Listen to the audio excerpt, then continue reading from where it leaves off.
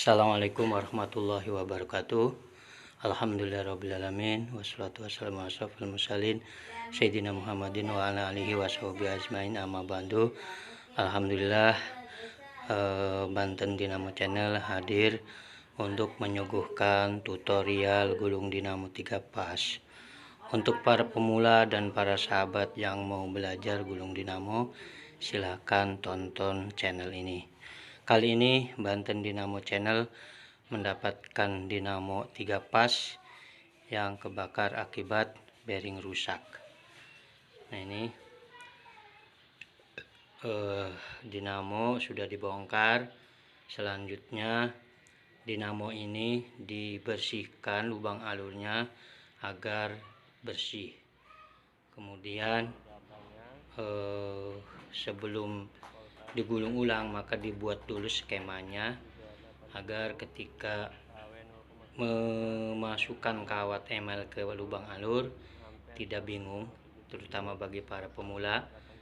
Sehingga dengan skema ini, dengan gambar ini, untuk memudahkan gulung dinamonya atau memasukkan kawat emailnya ke dalam lubang alur.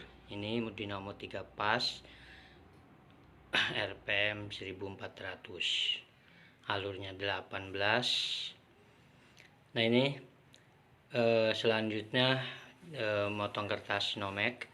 Kertas nomek ini ukuran tebalnya 0,25, kemudian dibentuk sedemikian rupa mengikuti luas lubang alur dan panjang alurnya. Jadi kertas nomek ini digunting, dibuat sesuai dengan lubang alur, panjang dan luas lubang alurnya. Kemudian jangan lupa ukuran itu harus presisi, dibentuk sedemikian rupa agar kertas ini tidak goyah. Jadi pas dimasukkan kawat email tidak rubah-rubah. Nah, seperti ini, dibentuk seperti ini, panjang lebarnya seperti itu. Nanti ujung-ujungnya ditekuk agar pas. Nah, ini proses memasukkan kertas nomek ke lubang alur. Jadi ini dinamo ini alurnya ada 18 itu. Kemudian harus rapi dan harus presisi. Ini sudah selesai memasukkan kertas nomeknya, dan kita lihat ini rapih ya, harus rapih. Nah, setelah itu masang mal di coil winder. Itu udah malnya sudah dipasang. Ini ukurannya tuh harus sesuai dengan sesuai dengan lubang alur yang akan dimasukin kawat. Jadi kalau misalnya lubang alur 18, kemudian jarak kawatnya itu 1,8 dan 1,10, maka ukurannya itu harus pas berapa senti, misalnya 40 senti misalnya, seperti itu, biar nanti pas pemasangan pas. Ini proses penggulungannya di coil di mal tuh. Ini menggunakan kawat 0,65 94 lilit. Nah, ini karena ada 18 alur, kemudian dibuat 3 seri, 2 seri dan 1 seri. Nah, ini selanjutnya proses memasukkan kawat email ke lubang alur. Itu masukkan kawat ke lubang alur. Ini harus hati-hati lubang alurnya dengan dikasih kertas nomek agar tidak kena akaran. Kalau kena akaran bisa mengakibatkan tergores atau kawatnya lecet. Nah, ini harus hati-hati ketika memasukkan kawat email. Kemudian jangan lupa bahwa ketika masukkan kawat email ini itu harus pakai bambu, ketika masukannya. Tidak boleh pakai aluminium, karena stainless. Ada alat yang dijual ya untuk masukkan kawat itu dengan stainless, dan saya sudah mencoba, ternyata akhirnya pada lecet gitu. Makanya lebih aman itu pakai bambu. Nah ini, atau pakai mika gitu, tapi yang enak saya pakai bambu. Nah ini gulungannya sudah selesai, sudah dimasukkan semua. Ini tinggal nanti proses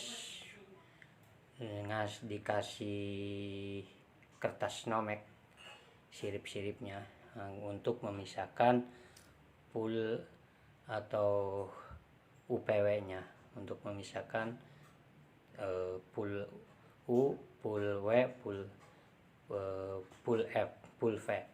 Nah, ini sudah selesai dikasih kertas, sudah disambung dengan kabel teflon. Nah, ini sambungan bintang, jadi keluarnya itu 3, disambungnya di dalam.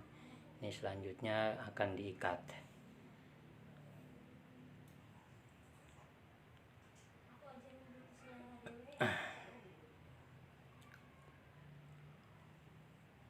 Nah, kalau ini belakangnya, tadi depan, ini belakang.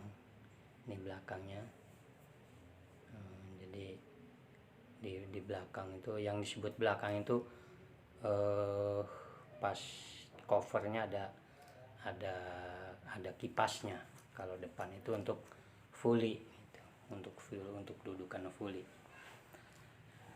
Ini sedang masukkan kertas ini. Selanjutnya nanti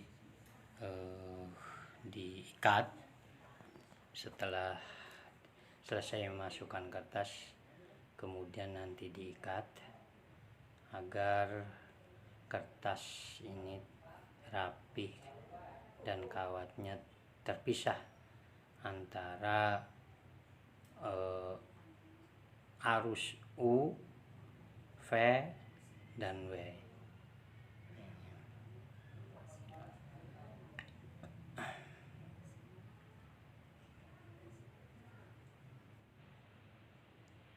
Nah ini setelah dibalik kertas, depan dan belakangnya ini dibalik lagi, depannya ini disambung pakai